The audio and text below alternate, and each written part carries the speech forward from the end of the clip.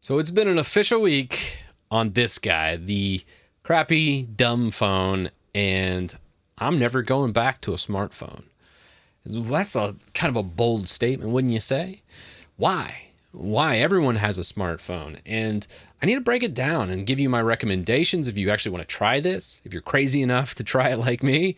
But I will say it's extremely rewarding. And I want to get into why I did this and why I'm never going back to a dumb phone, because this is kind of wild. So the biggest things are this right here on the screen. Why use a dumb phone? And I had to write it down just because I was like, wow, I need to like put this into words, because I was just feeling like this sense of euphoria this past week being on a dumb phone. And I was like, why? Why do I feel like this? Why do I think this is so good? And why wouldn't I use something like this right here? An old iPhone. Actually, I've already wiped it out, so I'll sell that online afterwards. But this right here, why would I keep doing this pain of just having voice and just very select texts through 9-key, no emojis, no gifs, nothing like that? And I was wondering, hey, why is this? Why do I feel so good? And the answer is, one, I'm just more productive. I'm more mindful. I have less anxiety. I'm not overwhelmed. I'm more at rest. All these things are true. But why? Why are all these things what I'm feeling? And it's the fact that when you're on a smartphone, like your iPhone or your Android device, I have a Pixel too, one of my favorite phones. I would say there's this decision fatigue that sets in and you don't even know it. And I would say I was not a very avid user of smartphones. I only used it about 30 minutes a day, where the average American uses about 4 hours and 15 or 16 minutes. I put it down here. Yeah, it's 4 hours and 16 minutes reported back in 2020. This number's actually probably gone up since those numbers were actually measured. And the average person in the world's 3 hours and 15 minutes. So at 30 minutes, I was already an eighth of what a normal American would consume. It's probably why I was so productive compared to many others. And then I got to thinking, well, okay, so I cut this out and then my productivity skyrocketed. I making this video last week is when I recorded it. That's how long ago and how far ahead in production I am, because I was like, wow, I am just jamming through these and I'm coming up with all these new ideas. I'm much more creative. What is happening? And there was all these downsides, but also I guess this is part of the reason why you had the decision fatigue, because the smartphone does everything. And I do mean everything. Like, it will do anything and everything you want to fill in every single bored second of your day.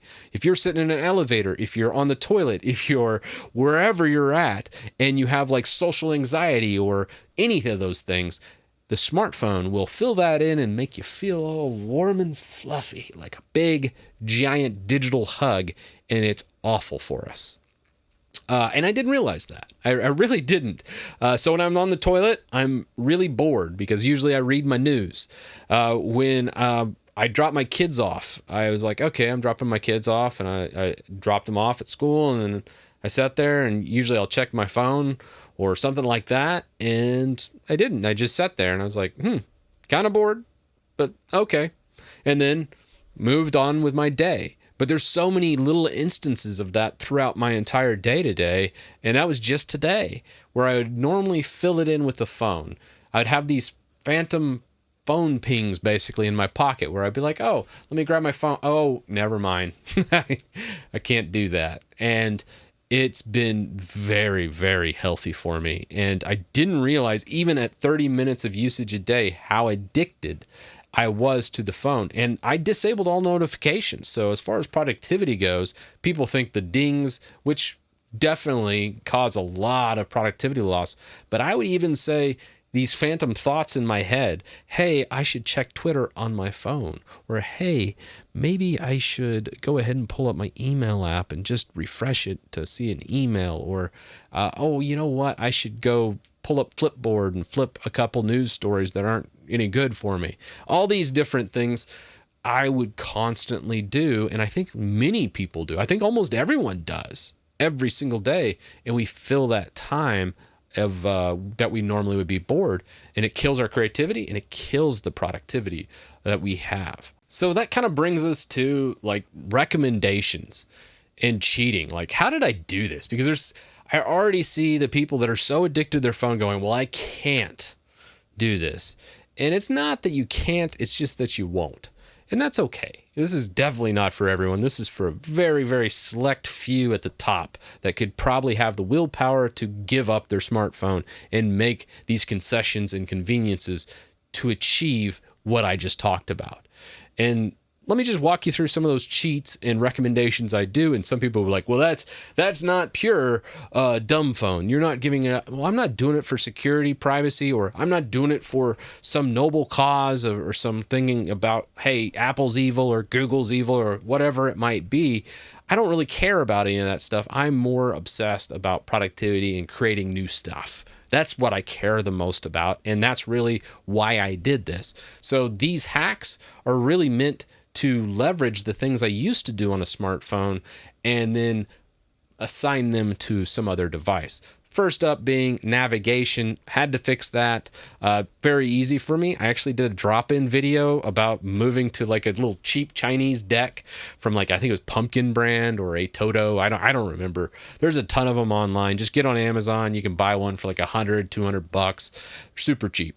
And you can just use Google Maps like that. And when you need internet, use your dumb phone as a Wi-Fi tether. That's what I use this one for. It's probably the best thing about it, other than the fact it drains its batteries. And I could go on again on a rant, but I'm not going to.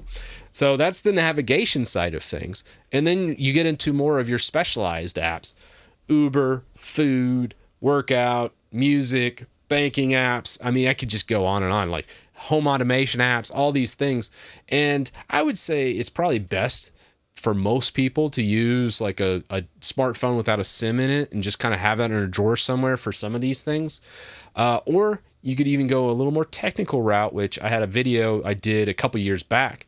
So that's worth checking out, where I basically install Android in a virtual machine on the computer. So if you're a big computer guy, install a virtual machine, use that Android through the computer, and then install those apps and then shut down the VM whenever you're done with it after you've gotten what you needed from it, which is really beneficial. So that's how I really kind of cheat my way around. Probably the apps I missed the most was my workout app, and YouTube Music is what I was using for a lot of like overhead music while I was working out. So those are the two things I use the most.